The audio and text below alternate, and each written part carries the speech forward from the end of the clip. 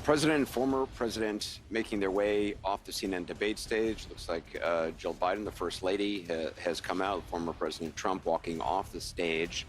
The first debate of the 2024 campaign and the earliest presidential debate ever now in the books and in front of the voters. Tonight, along with Aaron Burnett, the first word on what those voters might make of it from our political professionals, from our CNN Flash poll and swing state focus group. We'll be talking to surrogates, including Vice President Harris, getting fact checks from our Daniel Dale and new reporting from inside both campaigns. With me here, CNN political commentator Scott Jennings, Kate Bedingfield, David Urban, Van Jones, Alyssa Farr Griffin, and Newsnight anchor Abby Phillip, and David Axelrod, and CNN Chief National Correspondent John King. John, let me start with you. Your thoughts. Anderson, this was a game-changing debate in the sense that right now, as we speak, there is a deep, a wide, and a very aggressive panic in the Democratic Party. It started minutes into the debate, and it continues right now. It involves party strategists, it involves elected officials, it involves fundraisers. And they're having conversations about the president's performance, which they think was dismal, which they think will hurt other people down the party in the ticket, and they're having conversations about what they should do about it. Shout out to everyone being here. Should we go to the White House and ask the president to step aside?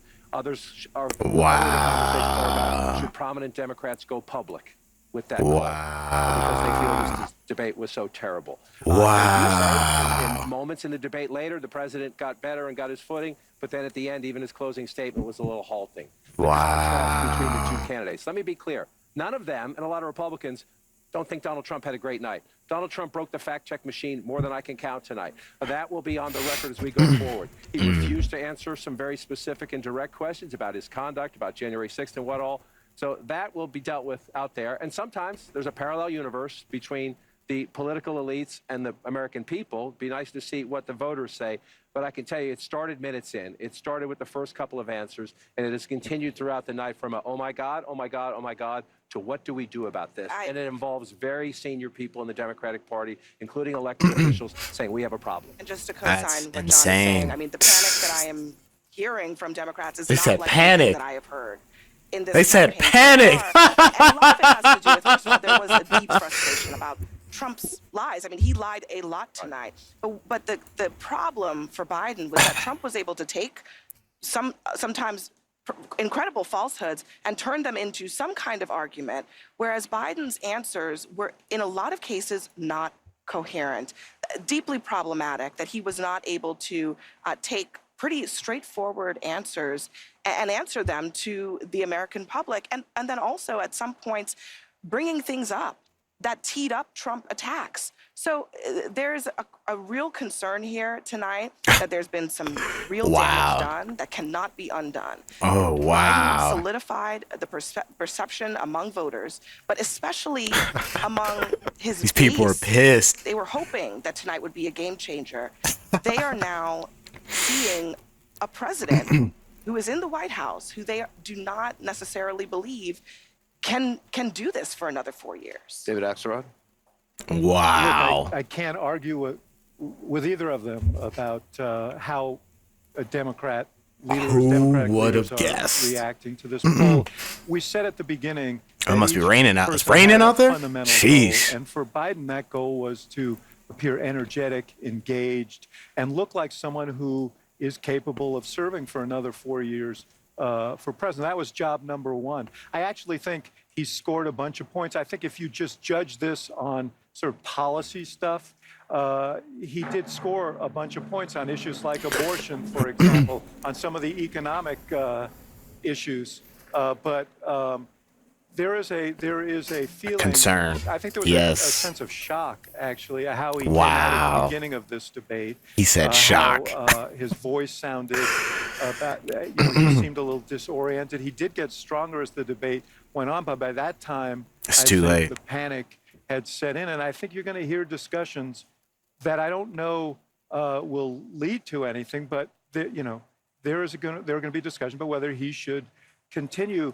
And I think part of it is people at Donald CNN Trump did not meet his mission either. He could not resist the temptation to be nasty, to prevaricate about a whole bunch of things, about his own record, about Biden's record, and to seem petty and small at times. So what you saw was a candidate who's deeply vulnerable and a president who may not be able to take advantage of it. Listen, if anybody in America thinks that was even close to being an okay debate by Joe Biden, I'm living in a parallel universe. Right. That was an unmitigated disaster for President Biden from the second he walked out to the closing statement. The biggest issue for Democrats is abortion. This is CNN right now.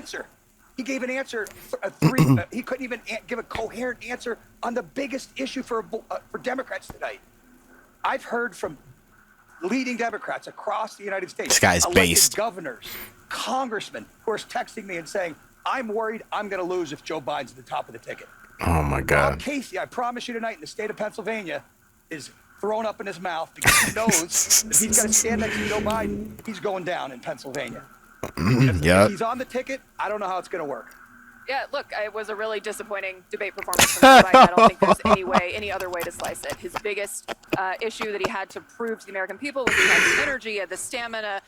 He didn't do that. And so I think that people are waking up. And this is why I'm laughing. That's very Finally. I will say Donald Trump also had some really rough moments in this debate, and the Biden campaign, they say their dials started really moving away from Trump as he was increasing his personal attacks on Biden. So I think there was a lot about his kind of character and the kind of personal nastiness that he was putting on display, that doesn't help him with the swing voters that he needs. And I also think you saw him continue to get sort of more and more animated across the course of the debate, and give some really problematic answers about January 6th, some really problematic answers about Putin. So, Donald Trump did not get off scot-free tonight by any stretch. But look, there is no two ways about it. That was not a good debate for Joe Biden. Ben?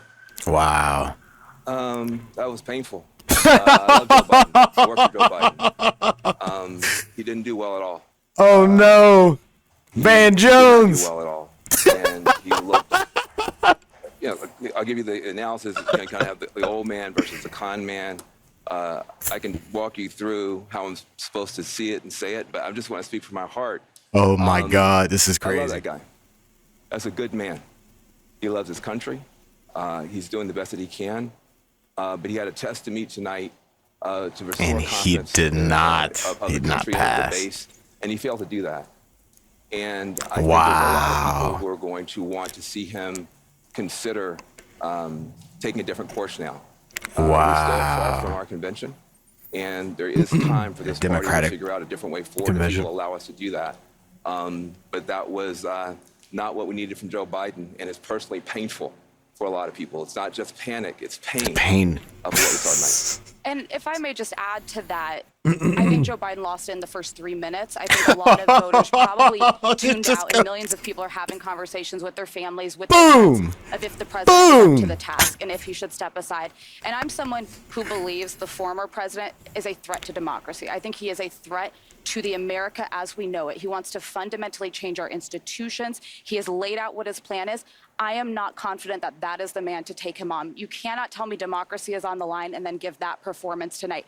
If, based on that, in 18 weeks, Donald Trump will be the president-elect. Wow. Tonight, and we'll see if our dial group with coach confirms this. Say that Biden actually scores pretty well on the issues. Wow. And Trump's numbers went down, both because he was ducking questions, he was lying about some things, and he was refusing to answer in some of the... What am I watching here? So when you see that, when you see sort of the statistics, you're going to look at like, oh, that's a mixed bag. But to Van's point about the president's performance, that's what caused the panic. So the question is, and my question actually is, what happens? Because to it's a great political strength of Joe Biden is his resilience and his stubbornness. It's also sometimes a blind spot because he is so stubborn. It's going to be very hard to someone, and I don't know who it is, who could go to Joe Biden and say, you need to do this, number one. You need to do what? I'm just telling you, to Abby's point, I've been doing this for 30-something years, going on 40 years, and I have never, ever had what happened on this thing tonight happen in the middle of a debate. It started early, and it continued. And to Van's point, Van made a very important point. These are people who love Joe Biden, who credit Joe Biden for kicking Donald Trump out of the White House. They're Democrats. The Democratic Party is a very diverse party. It fights about a lot of things. It has generational issues. It's had regional issues and everything else. The thing that unites the Democratic Party is trying to keep Donald Trump from getting back into the White House. They love Joe Biden for kicking him out. They don't want him back. They came into this debate nervous. that Biden was in a weak position. They leave this debate panicked. John, if you love the guy, how could you put him out there? That's hard. If you love him, if you love Joe Biden, if that was my father, Right. you don't put a guy in that situation. Right. Disgusting behavior. Disgusting behavior. They talk to them. There's this legacy in the Democratic Party. You don't challenge the incumbent because when it's happened in the past, they haven't beaten the incumbent, and then the incumbent has This lost. is your It excuse? was actually Donald Trump that helped make Joe Biden the nominee because there was a feeling that if there were a primary, that would weaken, that Biden would probably win, but it would weaken him in a general election. And so there were people who could have run and didn't run because the history of that is bad. The point is now he is the nominee of the Democratic Party. This isn't the 60s, okay? Voters choose the nominee. He is the nominee. Only he can decide whether he's going to continue. And as you point out, and as Kate knows very well, this is a guy with a lot of pride and who believes in himself. And the idea that he's going to say, you know what, I had a bad debate, I think I'm going to walk away from this, I find it hard to believe. It was also, and I'll let you, I know Scott, you try to jump in, but it was also, it was an atypically bad performance, okay? And it was also one night. So yes, was it an important night? Yes, but it was one night in the course of a campaign. So I think let's see how voters react to it. Let's see how voters react to it. The problem with the one night is that it's a one night that helped confirm people's fears. It's the one night that everybody was watching. That was essentially, you know, Trump said, you ought to take a test. That was his test. And people are going to feel that he came up wanting, not on the substance. I think he actually won on the substance. I don't think Trump did well. I think what it says to a lot of people, a lot of active Democrats is, man, we can beat this guy, but I don't know if we can beat him with the president. Scott, we haven't heard from you. When we came on before this debate, I said I thought this candidacy was teetering. And everybody jumped on me. Oh, man. Yes, we did. Wow. And I just, the candidacy has fallen. Wow. Man, I know you're speaking from your heart. I'm worried about the president. We should pray for the president. I think his advisors, I think the White House, and I think his family have a lot of explaining to do to their party and to the American people. Wow. This one night, was caused by and asked for by the Biden team. They wanted this night. And this is what we got. We have been told for weeks by Democrats who say, oh, in private meetings, I've seen Joe Biden do cartwheels and handstands while doing trigonometry while solving all the nation's problems. We now know that every single person who said that has been lying to the American people. Including Kevin McCarthy? We've been told, Kate. I mean, just saying. Kate, everything we've been told about his mental acuity by these Democrats has been a lie, and everything we think we knew What is going has on been right confirmed. I got a text from a friend. She's not terribly political. She'd maxed out to Biden in the last election because she hates Donald Trump. She said to me, I will never forgive the Democratic Party for this election. If the Democrats truly believe that he is an existential threat to democracy, and that's not just some talking point, they will wake up in the morning and they will do something else because this is not sustainable. That's another point about there are Democrats who are panicking, and then there are a lot of Republicans who did not want to vote for Donald Trump, who do not want to vote for Donald Trump, who are also panicking tonight. I heard from one who said, this is scary. wild. That's how it was described. This is to me. wild. I second that. There were a lot of those feelings, not just from the base of the party, but other people who really think that there should be an alternative to Trump, who they think is dangerous. And that's the other part of what is unfolding tonight in terms of the panic that is out there. Guys, I already have, coming into this Oh, my debate, God. This is insane. support for third-party candidates, Robert F. Kennedy Jr. highest, and then Jill Stein and Cornel West nowhere near as close. But if you add it all up, you get into the teens in most states when you do that. I think one byproduct out of this is watch and see if those numbers go up a little bit. I'm not saying they're going to go up anywhere like a Perot standard, but you get to third-party candidates getting into double digits, then that's really starts to twist your electoral math, depending on who they're drawing from state by state. Guys, this was already a very complicated race. This is number one, the biggest complication right now is the conversation with the Democratic Party. But the other complication is going to be if Joe Biden stays put, and Kate's right, maybe there'll be another debate. I'm not sure Donald Trump's going to agree to a second debate. Biden's going to need it now. I'm not sure Trump's going to agree to it if the dynamics of the race change. They'll never and I would meet also again. watch the third party. I just want to say one thing. Yeah. Especially to you two guys.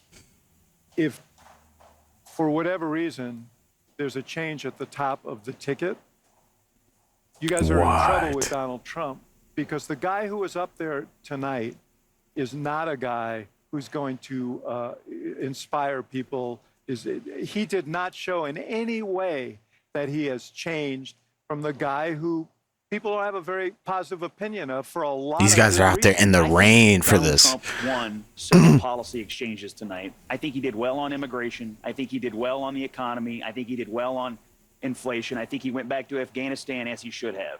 The thing he did not do was, after he realized that he had Biden beaten on policy and on image, he didn't stay on point. Right. And sounded an optimistic note about what we can become as a people and as a country. He did not do that. He continued to pummel Joe Biden all night. I understand what you're saying. I agree with this guy. At the end of the night, I agree with him on that. Few things about the policy. You got to bring us together. You got to bring the facts, but you got to bring us together here, man. They're going to remember That's him crazy. shuffling out. They're going to remember him staring blankly into the camera. They're going to remember him looking down, losing his train of thought. And they're going to remember that everything I thought I knew, but the White House told me don't believe, is actually true. But that's what I'm saying. What I said, Scott, was if Joe Biden were not the candidate, if there was another, is this guy coping here to the right? Donald Trump would be in deep. Yeah, but trouble. actually, If I may, that is such a sad state of affairs. These people are coping hard right now. Bad debate in the sense that Donald Trump lied throughout. He misrepresented. He tried. This chick is coping real hard now. Is seeing this. Kept deflecting. With any normal generic Democrat next to him, I would have won the night. But you put somebody who was suffering from the moment that they got out. It was hard to watch. I had to occasionally look away because that's insane. I think America deserves better than the options that are. They absolutely do. We absolutely do. Our allies are watching. Yeah. Look, I mean, the way that I would try to phrase it. Our enemies are watching. Is Biden stuttered, but he told the truth. He looked terrible, but his policies were good. Trump spoke plainly, but he lied the whole time. And he looked good, but his policies were terrible. I mean, he's going to do nothing on climate change. He was hugging the cactus on abortion. I mean, his policies are terrible. So you have somebody who probably shouldn't be president, and you have somebody who cannot be president.